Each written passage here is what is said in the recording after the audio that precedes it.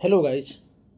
आज आपके सामने मैं फिर उपस्थित हूँ एक नई वीडियो के साथ और हमारा टॉपिक है एसएससी जीडी प्रीवियस ईयर में हिस्टोरी के टॉप 100 क्वेश्चन मैं लेकर आया हूँ। एसएससी जीडी के पिछले साल के जो प्रश्न पेपर हुए हैं उसमें से हिस्टोरी के हमने टॉप 100 क्वेश्चन को लिया है। सभी क्वेश्चन एग्जाम के पॉइंट ऑफ व्यू से इम्पोर्टेंट और सिलेक्टेड हैं और ये सभी क्वेश्चन जो पूछे गए हैं आपके एसएससी जीडी में हिस्ट्री के, ये आपके आगामी किसी भी एग्ज़ाम के लिए इम्पोर्टेंट है। इसलिए वीडियो को स्किप ना करते हुए वीडियो को पूरा देखिएगा। चलिए शुरुआत करते हैं अपने फर्स्ट क्वेश्चन से। हमारा पहला प्रश्न है, सम्राट ने मोहम्मद हुसैन अल कातिब कश्मीरी को उसकी सुंदर लिखावट के लिए जरी कलम या स्वर्ण कलम की उपाधि से सम्मानित किया था। देखिए, बताना यह है कि किस सम्राट ने जो मोहम्मद हुसैन अल कातिब थे उनकी सुंदर लिखावट के लिए जरी कलम या स्वर्ण कलम की उपाधि से सम्मानित किया था। तो फ्रेंड्स, वे सम्राट था अकबर। कौन? अकबर था। अगला प्रश्न है फ्रेंड्स, कदमई खाली स्थान राजवंश के तहत एक भू राजस्व का एक रूप था। जो कदमई जो था वह किस राजवंश के तहत भू राजस्व का एक रूप था? देखिए फ्रेंड्स, ये प्रश्न जो है आपके 30/11/2021 में शिफ्ट 1 में पूछे गए हैं।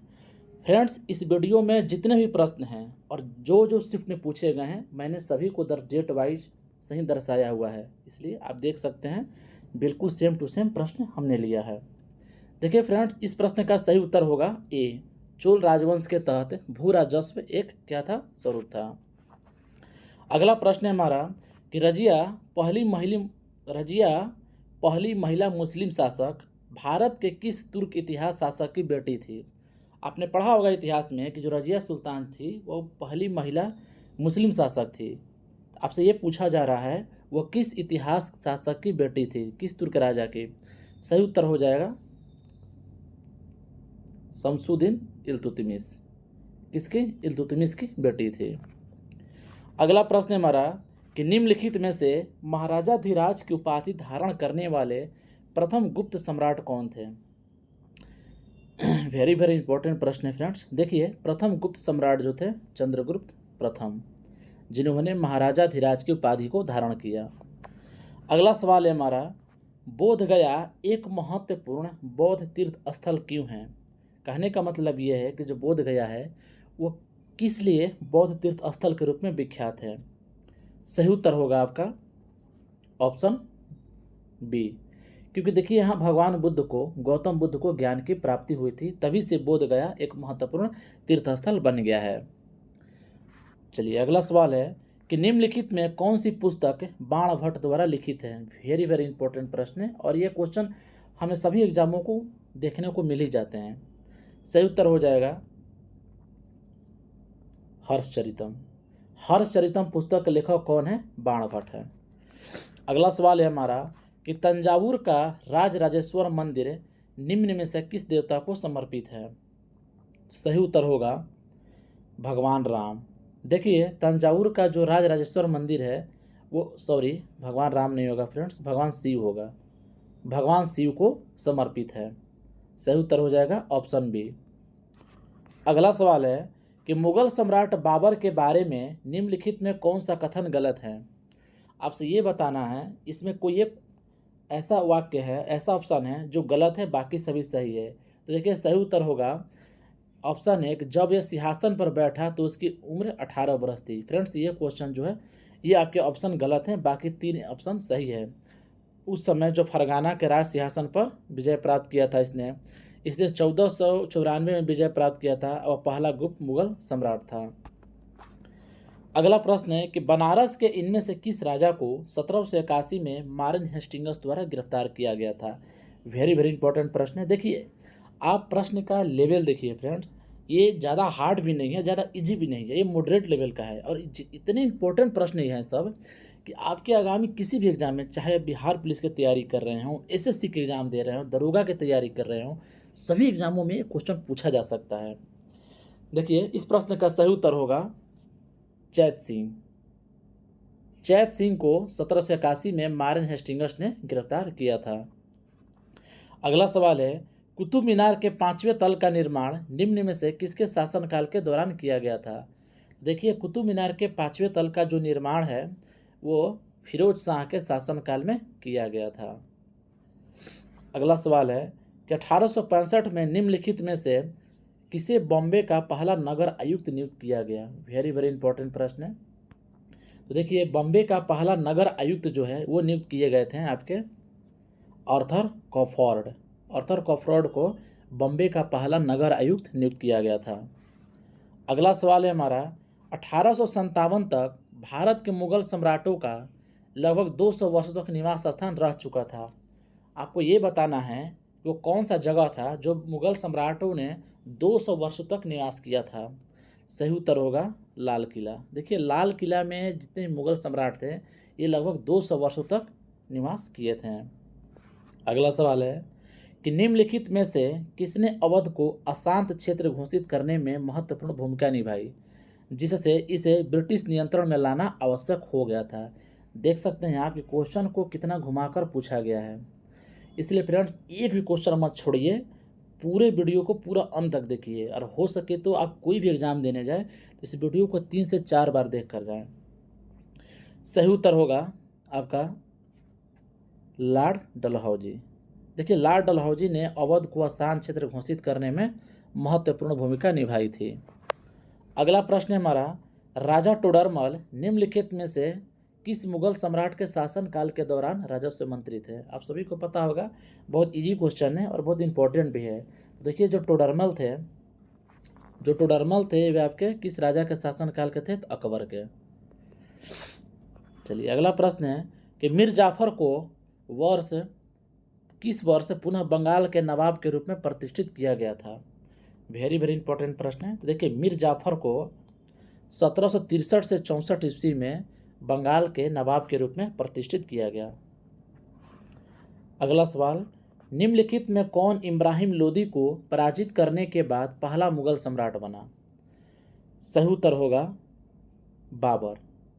देखिए बाबर जो थे इब्राहिम लोदी को पराजित करने के बाद ही ये पहला मुगल सम्राट भारत का बना था। अगला प्रश्न है शरीयतुल्लाह खान अंग्रेजों के खिलाफ खाली स्थान के हिस्सा थे। आपको ये बताना है कि जो शरीयतुल्लाह खान थे वो अंग्रेजों के खिलाफ किस आंदोलन या किस विद्रोह का हिस्सा थे? वेरी वेरी इंपॉर्टेंट प्रश्न है। सही उत्तर होगा आपका फराजी आंदोलन। अगला सवाल है देखिए हम थोड़ा फराजी आंदोलन के बारे में डिटेल में जान लें। फराजी आंदोलन का मुख्य उद्देश्य इस्लाम धर्म में सुधार लाना था। आपसे पूछा जा सकता है कि फ्रेंड्स फराजी जो आंदोलन था उसका उद्देश्य क्या था? तो आपको ध्यान रखना है कि फराजी आंदोलन का जो मुख्य उद्देश्य था इस्लाम धर्म में सुधार करना था। इसकी शुरुआत हाजी शरीयतुल्लाह द्वारा की गई। इसका मुख्य उद्देश्य इस्लाम धर्म के लोगों को सामाजिक भेदभाव व शोषण से बचाना था। अब देखिए एक चीज़ देख लीजिए, जो सन्यासी विद्रोह था याद रखिएगा ये किनके द्वारा किया गया? तो दिरजी नारायण के द्वारा किया गया। बहाबी आंदोलन किनके द्वारा किया गया? सैयद अहमद के द्वारा किया गया। फकीर विद्रोह किनके द्वारा किया गया? तो मजनू शाह एवं चिराग अली के द्वारा किया गया। याद रखिएगा, यहाँ से प्रश्न आपके एग्जाम में आते हैं। अगला सवाल है कि बॉम्बे में पहला सूती कपड़ा मिल की स्थापना किस वर्ष की गई? तो बॉम्बे में पहली सूती वस्त्र मिल की स्थापना आपको 1854 में की गई थी। अगला सवाल निम्नलिखित में कौन सा समाचार पत्र राजा राम मोहन राय के द्वारा शुरू किया गया? वेरी वेरी इंपॉर्टेंट प्रश्न है। सही उत्तर होगा संवाद कौमुदी। संवाद कौमुदी समाचार पत्र राजा राम मोहन राय के द्वारा शुरू किया गया था। अगला सवाल है हमारा कृष्णदेव राय जिन्हें 1509 से 1529 तक विजयनगर पर शासन किया वे किस राजवंश से संबंधित हैं? वेरी वेरी इंपॉर्टेंट प्रश्न है। तो कृष्णदेव राय तुलु वंश से संबंधित हैं। अगला सवाल है देखिए हम थोड़ा संगम वंश के बारे में बात कर लें कि संगम वंश की स्थापना जो थी हरिहर और बुक्का ने की 1336 ईस्वी में की थी तथा तुलु वंश की स्थापना वीर नरसिंह राव ने की थी। कृष्णदेव राय का संबंध जो था वो तुलु राजवंश से था जो बाबर के समकालीन था। अगला सवाल है खिलजी और तुगलक शासकों ने सैन्य कमांडरों को क्षेत्रों का गवर्नर नियुक्त किया था। इन क्षेत्रों को किस नाम से जाना जाता था? तो इन क्षेत्रों को इकतार के नाम से जाना जाता था, इकतदार। अगला प्रश्न कालिदास रचित नाटक अभिज्ञान शकुंतलम शकुंतला और किस राजा की प्रेम कथा है? वेरी वेरी इंपॉर्टेंट प्रश्न है। देखिए ये जो है आपके दुशासन और शकुंतला की प्रेम कथा है। अगला प्रश्न कि किस वर्ष में अपनाए गए भारतीय राष्ट्रीय कांग्रेस के तिरंगे झंडे के केंद्र में एक चरखा रखा गया था। आपको ये बताना है कि जो तिरंगा झंडा था उसमें चरखा को कब लाया गया था। सही उत्तर होगा 1931 में। अगला सवाल, गांधी जी ने किस वर्ष अहमदाबाद में सूती मिल श्रमिकों को साथ लेकर एक सत्याग्रह का आयोजन किया था। वेरी वेरी इंपॉर्टेंट प्रश्न है। सही उत्तर होगा आपका 1918 में। 1918 में गांधी जी ने अहमदाबाद में सूती मिल श्रमिकों को साथ लेकर एक सत्याग्रह का आयोजन किया था। अगला सवाल, किस साम्राज्य के शासनकाल को भारतीय सभ्यता का स्वर्ण युग कहा जाता है। वेरी वेरी इंपॉर्टेंट प्रश्न है और ये प्रश्न आपके कई प्रीवियस एग्जाम में पूछा जा चुका है। सही उत्तर होगा गुप्त। देखिए गुप्त साम्राज्य को भारतीय सभ्यता का स्वर्ण युग कहा जाता है। फ्रेंड्स अगर वीडियो आपको पसंद आ रही है, वीडियो कंटेंट अच्छी लग रही है तो चैनल को जरूर सब्सक्राइब करें। अगला सवाल है, राजा मान सिंह तोमर ने किस पर शासन किया था। देखिए वेरी वेरी इंपॉर्टेंट प्रश्न है। तो जो राजा मान सिंह तोमर थे इन्होंने शासन किया था आपके ग्वालियर पर। ग्वालियर पर राजा मान सिंह तोमर ने शासन किया था। अगला सवाल है हमारा कि सैयद अहमद खान द्वारा अलीगढ़ आंदोलन की शुरुआत किस वर्ष की गई थी। बहुत ही महत्वपूर्ण प्रश्न है और आपके प्रीवियस कई एग्जाम में इस क्वेश्चन को पूछा जा चुका है। तो देखिए सहमद अयन खान द्वारा अलीगढ़ आंदोलन की शुरुआत 1875 में की गई थी। अगला सवाल, खान अब्दुल गफ्फार खान किस क्षेत्र में नेता थे। देखिए खान अब्दुल गफ्फार खान जो थे ये आपके उत्तर पश्चिमी सीमांत प्रांत के नेता थे। अगला सवाल है कि निम्नलिखित में कौन सा 16 महाजनपदों में से एक नहीं था। आपने इतिहास में पढ़ा होगा कि प्राचीन इतिहास में 16 महाजनपद थे, तो आपको ये बताना इन चारों ऑप्शनों में 16 महाजनपदों में से कौन नहीं था। सही उत्तर होगा कामरूप। अगला सवाल है कि सिंधु घाटी सभ्यता के निम्नलिखित में से किस स्थल पर महास्नानगार की खोज की गई थी। तो देखिए महान स्नानगार की खोज जो की गई थी वो की गई थी आपके मोहनजोदड़ो में। अगला प्रश्न, अपने 5 वर्षीय पुत्र वीर नारायण की ओर शासन करने वाले रानी दुर्गावती किस जनजाति से संबंधित थी। वेरी वेरी इंपॉर्टेंट प्रश्न है। फ्रेंड्स आप देख सकते हैं कि आपके एग्जाम में कई तरह के क्वेश्चन पूछे गए हैं और कैसे क्वेश्चन पूछे गए हैं। बहुत ही इंपॉर्टेंट और बहुत ही सिलेक्टेड प्रश्न आपके एग्जाम में सब लिए गए हैं। देखिए सही उत्तर होगा इस प्रश्न का गोंड। रानी दुर्गावती गोंड जनजाति से संबंधित थे। फ्रेंड्स इसी तरह एसएससी जीडी के प्रीवियस सभी एग्जाम में पूछे गए हमें टॉपिक वाइज वीडियो लाएंगे, उसके लिए चैनल को ज़रूर सब्सक्राइब कर लें। अगली वीडियो आपको साइंस पर रहेगी कि जितने भी प्रीवियस ईयर एग्ज़ाम में एसएससी जीडी के प्रीवियस ईयर में साइंस के क्वेश्चन पूछे गए हैं मैं सभी को एक ही वीडियो में कवर कराऊंगा। उस वीडियो में लगभग आपके मान के चलिए 500 प्रश्न रहेंगे जो कि कंप्लीट हो जाएंगे और उस वीडियो को देख लेने के बाद आपके एसएससी जीडी में साइंस से बाहर एक भी प्रश्न नहीं पूछे जाएंगे। अगला सवाल है कि मुगल सम्राट शाह आलम द्वितीय ने ईस्ट इंडिया कंपनी बंगाल प्रांत का दीवान किस वर्ष नियुक्त किया था। देखिए सही उत्तर होगा इस प्रश्न का 1765 में। 1765 में शाह आलम द्वितीय ने ईस्ट इंडिया कंपनी को बंगाल का दीवान नियुक्त किया था। अगला सवाल है कि बाबर ने किस वर्ष दिल्ली के सुल्तानों को हराकर दिल्ली और आगरा पर कब्जा किया था। सही उत्तर होगा इस प्रश्न का 1526 में। अगला सवाल है देखिए बाबर के बारे में हम कुछ डिटेल में जान लें कि बाबर ने 1526 ईस्वी में दिल्ली को सुल्तान को हराकर दिल्ली और आगरा पर कब्जा कर लिया। और बाबर के प्रमुख युद्ध जो कि आपके किसी भी एग्जाम में बहुत बार पूछे जाते हैं कि बाबर ने कौन कौन सी लड़ाइयाँ लड़ी। देखिए बाबर ने पानीपत का प्रथम युद्ध लड़ा जो 1526 में हुआ। इसमें इब्राहिम लोदी व राणा संगा के बीच हुआ था। देखिए खानवा का युद्ध की बात की जाए तो खानवा का युद्ध 1527 में हुआ था। चंदेरी के युद्ध की बात की जाए तो चंदेरी का युद्ध 1528 में हुआ था। बाबर और मेदिनी राय के बीच हुआ था। अगर बात की जाए घाघरा का युद्ध 1529 में तो ये बाबर और अफगानों के बीच हुआ था। अगला सवाल, मौर्य साम्राज्य में तीर्थयात्रियों पर लगाए जाने वाले कर को क्या कहा जाता था? देखिए ये क्वेश्चन वेरी वेरी इंपॉर्टेंट है। सही उत्तर होगा यात्रा वेतन। अगला सवाल है कि अलाउद्दीन खिलजी द्वारा लगाया गया खराज कर किसान की उपज के लगभग कितने % हिस्से के बराबर होता था? सही उत्तर होगा 50%। खराज कर जो था 50% के बराबर होता था। अगला प्रश्न, निम्नलिखित में कौन सा शब्द भारत में मंदिर स्थापत्य कला से संबंधित नहीं है? सही उत्तर होगा ऊर्ध्वका। ऊर्ध्वका जो है ये मंदिर स्थापत्य कला से संबंधित नहीं है, बाकी नागर, वेसर, द्रविड़ ये सभी मंदिर स्थापत्य कला से संबंधित शब्द हैं। अगला सवाल है, in which present state of India is the Harappan site Rangpur locate? यानी आपको बताना है कि जो हड़प्पा साइट में जो रंगपुर का स्थान था वो अभी वर्तमान में भारत के किस राज्य में है? सही उत्तर होगा गुजरात। अगला सवाल है कि 1919 में जालियांवाला बाग हत्याकांड कहाँ हुआ था? आप सभी को पता होगा यह हत्याकांड अमृतसर में हुआ था।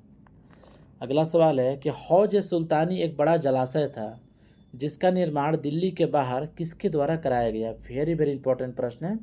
देखिए इस तरह के प्रश्न आपके स्टेट लेवल के exam ASI, UP police, SSC, CGL इस तरह में पूछे जाते हैं। वैसे भी इस वीडियो में हमने जितने प्रश्न लिए हैं फ्रेंड्स सभी टॉपर सिलेक्टेड ही लिए हैं। देखिए इस प्रश्न का सही उत्तर होगा आपका ऑप्शन डी, सुल्तान इल्तुतमिश। सुल्तान इल्तुतमिश जो थे हौज सुल्तानी जलाशय का निर्माण करवाए थे। हमारा अगला प्रश्न है कि दारा शिकोह के पिता का नाम क्या था? तो देखिए दारा शिकोह के पिता का नाम शाहजहां था। अगला सवाल, मौर्य वंश निम्न में से किस राजवंश के बाद मगध पर शासन किया था? यानी कहने का बात यह है कि मौर्य वंश जो था किस राजवंश के बाद उन्होंने मगध पर शासन किया? सही उत्तर होगा नंद वंश। नंद वंश का जो अंतिम शासक था घनानंद था, जो बहुत ही क्रूर था, उसको हराने के बाद चंद्रगुप्त मौर्य ने उसको हराया और मौर्य वंश की नींव डाली। अगला सवाल है, वेद ऋषि कपिल का संबंध भारतीय दर्शन के किस संप्रदाय से था? सही उत्तर होगा इस प्रश्न का सांख्य, यानी सांख्य संप्रदाय के संस्थापक कौन थे? तो कपिल थे। अगला सवाल, निम्नलिखित में से किस शासक ने दीन इलाही नाम से एक नई जीवन शैली या धर्म की शुरुआत की? तो दीन इलाही नामक धर्म की या जीवन शैली की जो शुरुआत है वो किसने की थी? अकबर ने की थी। अगला प्रश्न है कि लॉर्ड रिपन द्वारा हंटर कमीशन की नियुक्ति किस वर्ष की गई? वेरी वेरी इंपॉर्टेंट प्रश्न है। तो हंटर कमीशन की नियुक्ति जो थी वो की गई थी आपके 1882 में लॉर्ड रिपन के द्वारा। अगला सवाल है, मुगल बादशाह अकबर की मृत्यु किस वर्ष हुई थी? वेरी वेरी इंपॉर्टेंट प्रश्न है। तो देखिए मुगल बादशाह जो अकबर की मृत्यु हुई थी वो हुई थी फ्रेंड्स 1605 ईस्वी में। अगला सवाल है, निम्नलिखित में से किस राज्य में नाहरगढ़ किला स्थित है? वेरी वेरी इंपॉर्टेंट प्रश्न है। देखिए तो नाहरगढ़ किला जो है ये आपके स्थित है कहाँ? राजस्थान में। और यह प्रश्न देखिए फ्रेंड्स 18/12/2021 को शिफ्ट 1 में एसएससी जीडी के एग्जाम में पूछा गया है। देखिए हम थोड़ा डिटेल में जान ले। नाहरगढ़ किला जो है वो कहाँ है? राजस्थान के जयपुर में है। ध्यान रखिएगा राजस्थान के जयपुर में। और इस किले का निर्माण सवाई जयसिंह ने करवाया था। अगर वहीं बात की जाए गोलकुंडा किला की तो आपका आंध्र प्रदेश में है। अगर बात की जाए कांगड़ा किला तो हिमाचल प्रदेश में। वहीं पनहाल किला जो है कोल्हापुर में है। और अंबर किला राजस्थान में है। फ्रेंड्स याद रखिएगा बहुत ही इंपॉर्टेंट है ये। अगला सवाल है, स्वतंत्रता मेरा जन्मसिद्ध अधिकार है और मैं इसे लेकर रहूँगा, यह नारा किसने दिया? तो इस नारा को बाल गंगाधर तिलक ने दिया था।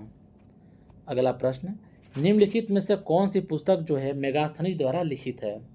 देखिए मेगास्थनी द्वारा लिखित पुस्तक है इंडिका। इंडिका पुस्तक किसने लिखा था? मेगास्थनी जी ने लिखा था। अगला सवाल, पानीपत की तीसरी लड़ाई कब लड़ी गई थी? तो पानीपत की जो तीसरी लड़ाई थी फ्रेंड्स वो लड़ी गई थी 14 जनवरी 1761 को। देखिए पानीपत की लड़ाई के बारे में थोड़ा डिटेल में बात कर लें तो हमने जैसे बताया कि पानीपत की जो तीसरी लड़ाई थी 14 जनवरी 1761 को अहमद शाह अब्दाली और मराठा सेनापति सदाशिवराव भाऊ के बीच हुआ। इसमें जैसे मराठों का बुरी तरह से हार हुई थी वही बात की जाए पानीपत का प्रथम युद्ध, तो ये 1526 में हुई। द्वितीय युद्ध 1556 में, और प्लासी का युद्ध जो 1757 में हुआ था, और बक्सर का युद्ध 1764 में हुआ। अगला सवाल है, स्थापत्य कला एक शैली है जिसमें नागर और द्रविड़ शैली के तत्वों का समावेश है। तो बताना है कि स्थापत्य कला जो है किस तरह की शैली है। सही उत्तर होगा इस प्रश्न का ऑप्शन सी, वेसर।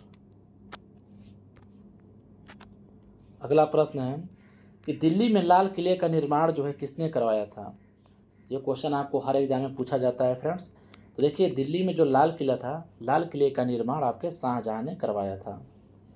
अगला सवाल है कि 1757 ईस्वी में प्लासी का युद्ध को किसने जीता।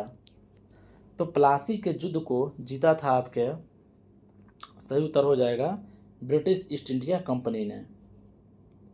अगला सवाल है, 1722 ईस्वी में आगरा की सूबेदारी निम्नलिखित में से किस व्यक्ति को दी गई थी। तो आगरा की सूबेदारी जो थी सवाई राजा जयसिंह को 1722 ईस्वी में दी गई। अगला प्रश्न, निम्नलिखित व्यक्तियों में कौन 1870 में भारतीय लोक सेवा आयोग के पहले भारतीय सदस्य थे। वेरी वेरी इंपॉर्टेंट प्रश्न है। सही उत्तर होगा सत्येंद्रनाथ टैगोर। अगला प्रश्न, 1920 के दशक की शुरुआत में एक उग्रवादी गुरिल्ला आंदोलन आंध्र प्रदेश की पहाड़ियों में फैल गया था। तो आंध्र प्रदेश की किस पहाड़ी में फैला था, आपको यह बताना है। सही उत्तर होगा आपका गुडेम। अगला सवाल है, मार्को पोलो 1292 से 1294 के मध्य खाली स्थान से भारत आया था। यानी आपको बताना है कि मार्को पोलो जो था वो 1292 से 94 के बीच वो कहाँ से भारत आया। तो वो आया था आपके वेनिस से। ऑप्शन डी सही उत्तर होगा। अगला प्रश्न है, निम्नलिखित में कौन सा उपवेद ऋग्वेद से संबंधित है। सही उत्तर होगा आयुर्वेद। आयुर्वेद जो है वो ऋग्वेद से संबंधित है। अगला सवाल है, चोल शिलालेखों में विद्यापीठों के लिए उपहार में दी गई भूमि का उल्लेख किस नाम से किया गया है। सही उत्तर होगा सालभोग। यानी चोल शिलालेख में जो विद्यापीठ के लिए उपहार में भूमि दी गई थी उसे सालभोग के नाम से जाना जाता है। अगला प्रश्न है हमारा कि दिलवाड़ा एवं जरगा पर्वत चोटियाँ निम्नलिखित में से किस राज्य में स्थित है। सही उत्तर होगा हरियाणा में। हरियाणा में दिलवाड़ा और जरगा पर्वत चोटियाँ स्थित हैं। अगला प्रश्न है, 712 ईस्वी में भारत पर हुए अरब आक्रमण का नेतृत्व किसने किया था। सही उत्तर है मोहम्मद बिन कासिम ने। देखिए, मोहम्मद बिन कासिम ने 712 ईस्वी में भारत पर हुए आक्रमण का नेतृत्व किया था। अगला प्रश्न है हमारा, बाल गंगाधर तिलक को वैलेंटाइन चिरोल द्वारा किस रूप में वर्णित किया गया था। तो इन्हें भारतीय शांति का जनक के रूप में वर्णित किया गया था, और ये शब्द किसने दिया, तो वैलेंटाइन चिरोल ने दिया। अगला सवाल, बंगाल की दीवानी किस वर्ष ईस्ट इंडिया कंपनी को हस्तांतरित हुई थी। वेरी वेरी इंपॉर्टेंट प्रश्न है, और यह प्रश्न आपको 10/12/2021 को फर्स्ट शिफ्ट में पूछा गया है।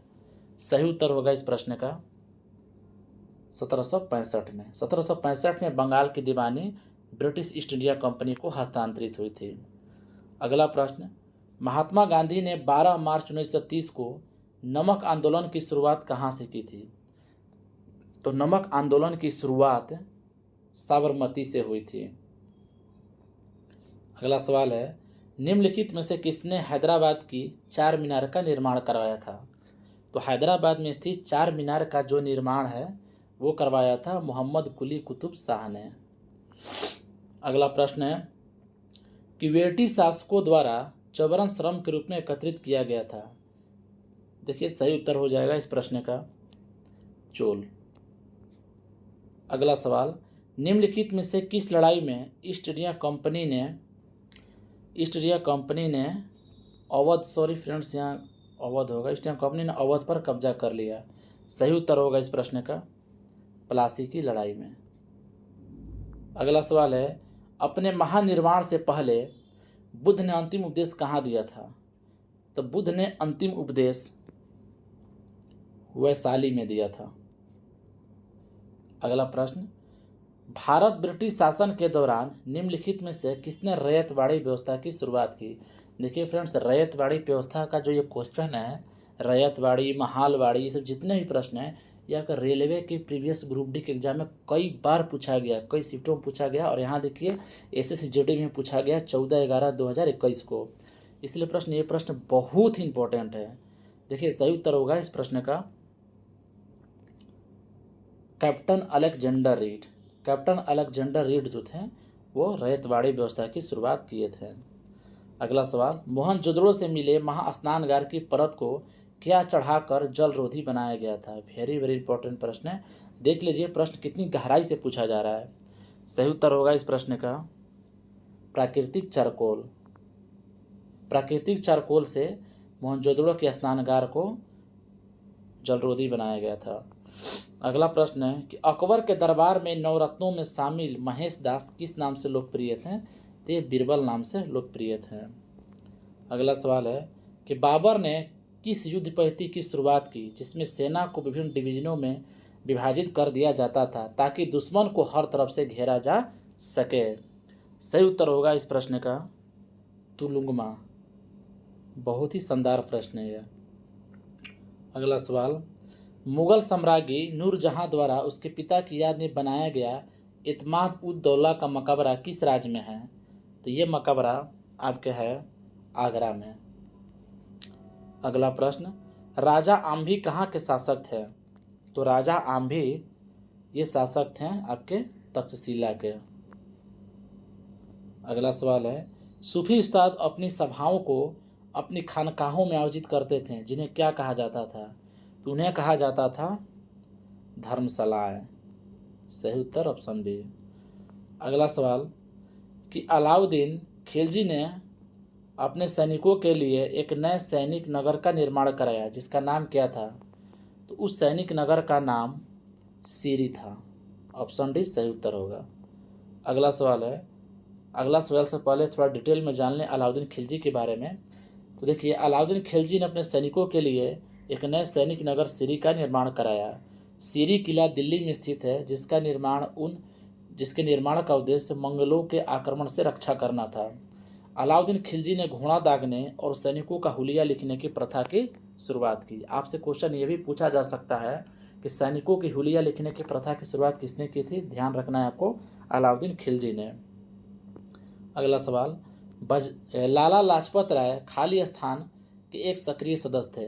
यानी लाला लाजपत राय जो थे वे किस धर्म के एक सक्रिय सदस्य थे? सही उत्तर होगा इस प्रश्न का आर्य समाज।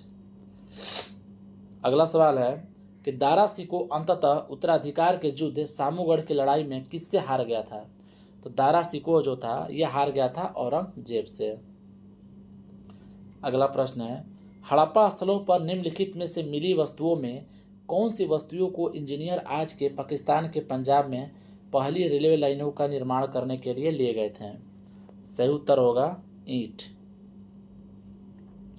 अगला प्रश्न, निम्नलिखित में से कौन सा शहर विजयनगर के मध्यकालीन हिंदू राज से संबंधित अपने खंडहरों के लिए प्रसिद्ध है और इसे विश्व विरासत स्थल घोषित किया गया है?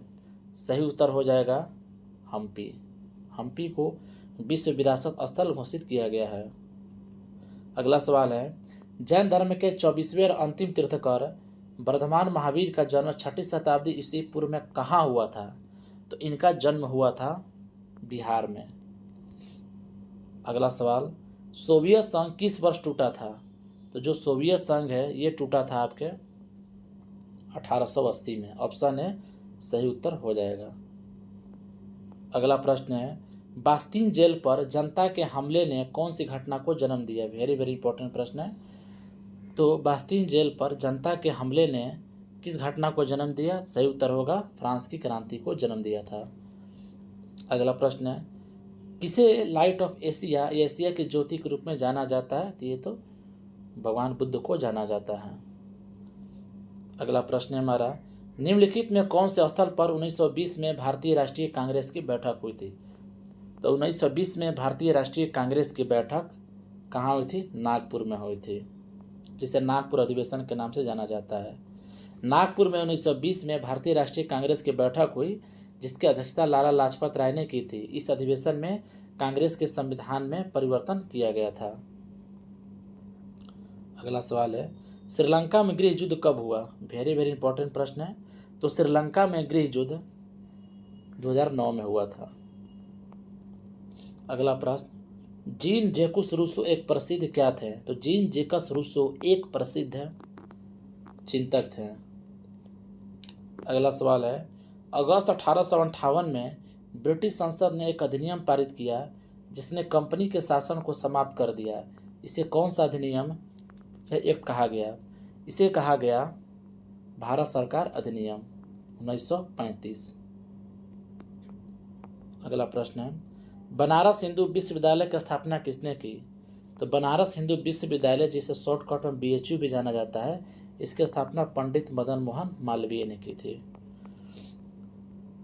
बनारस हिंदू विश्वविद्यालय की स्थापना जो हुई थी 1916 में हुई थी और इसकी स्थापना के समय भारत के गवर्नर लॉर्ड हार्डिंग थे। देखिए, आपने सभी प्रश्नों को डिटेल से लिया है ताकि क्वेश्चन आपको कहीं से भी है तो एक भी प्रश्न न छूटे। आपके एग्जाम में यह भी अब पूछा जा सकता है कि बताइए कि जब बनारस हिंदू विश्वविद्यालय का स्थापना हुई उस समय भारत के गवर्नर जनरल कौन थे? तो आपको ध्यान रखना है, उस समय भारत के गवर्नर जनरल लॉर्ड हार्डिंग थे। सर सैयद अहमद खान ने 1875 में ओरिएंटल कॉलेज की स्थापना की। अगला सवाल, 5 मार्च 1931 को संवैधानिक सुधारों की शर्तों पर बातचीत करने के लिए भारतीय राष्ट्रीय कांग्रेस की ओर से मोहनदास करमचंद गांधी ने किसके साथ उच्च स्तरीय अधिकारी की बैठक में भाग लिया? सही उत्तर होगा लॉर्ड इरविन के साथ। अगला सवाल है, सत्य के प्रयोग माई एक्सपेरिमेंट विद ट्रूथ आत्मकथा किसकी है? तो ये आत्मकथा है महात्मा गांधी की। अगला सवाल है, हवा महल कौन से शहर में स्थित है? तो हवा महल आपके जयपुर में स्थित है। गांधी इरविन समझौता भारत के किस आंदोलन से संबंधित था? तो गांधी इरविन समझौता भारत के सविनय अवज्ञा आंदोलन से संबंधित था। देखिए, गांधी इरविन समझौता जो है वो 5 मार्च 1931 को हुआ था। रॉलेट एक्ट 26 जनवरी 1919 को पास हुआ था और वहीं असहयोग आंदोलन की बात की जाए तो ये 1 अगस्त 1920 को शुरू हुआ था। अगला सवाल है, निम्नलिखित में से कौन फ्रांसीसी क्रांति के सिद्धांत से प्रेरित था? सही उत्तर होगा टीपू सुल्तान। टीपू सुल्तान जो था वो फ्रांसीसी क्रांति के सिद्धांत से प्रेरित था। ब्रह्म समाज की स्थापना किसकी सबसे बड़ी उपलब्धि थी? तो ब्रह्म समाज की स्थापना किसने की? राजा राम मोहन राय की, और ये इनकी सबसे बड़ी उपलब्धि थी। भारत के मशहूर शहनाई वादक कौन है? इन 4 ऑप्शनों में से आपको ये बताना है कि इसमें मशहूर शहनाई वादक कौन थे। देखिए फ्रेंड्स, सही उत्तर होगा बिस्मिल्लाह खां। अगला प्रश्न, प्लासी का युद्ध कौन से वर्ष में लड़ा गया था? तो फ्रेंड्स, प्लासी का युद्ध जो था वो 1757 में लड़ा गया था। वेरी वेरी इंपॉर्टेंट प्रश्न है। और आज की वीडियो का अंतिम प्रश्न है कि भारत का लौह पुरुष किसको कहा जाता है? तो भारत का लौह पुरुष वल्लभ भाई पटेल को कहा जाता है। तो फ्रेंड्स, वीडियो आपको कैसी लगी? वीडियो का फीडबैक जरूर कमेंट बॉक्स में दें, और आपको अगला टॉपिक किस चाहिए तो उस टॉपिक पर हम वीडियो बना देंगे। इसके लिए आप कमेंट बॉक्स में अपना टॉपिक का नाम जरूर बता दें। और फ्रेंड्स, चैनल को सब्सक्राइब कर लीजिए क्योंकि SSC GD से संबंधित सभी प्रीवियस ईयर क्वेश्चन इस चैनल पर उपलब्ध करा दी जाएगी।